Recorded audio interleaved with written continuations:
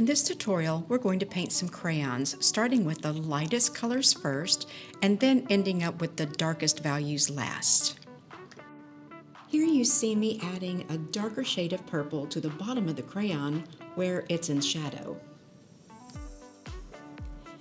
Next, I'm smoothing out the harsh edge for the softer transition between the dark and the light on this side of the crayon.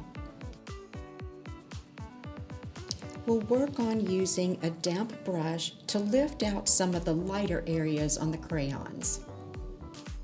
I'll show you how to mix the perfect colors, even your own shade of black.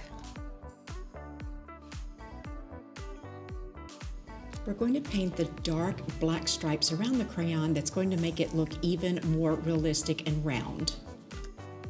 If you want to paint these crayons, the full tutorial is on my website, and I'll leave a link in the description below of the full tutorial.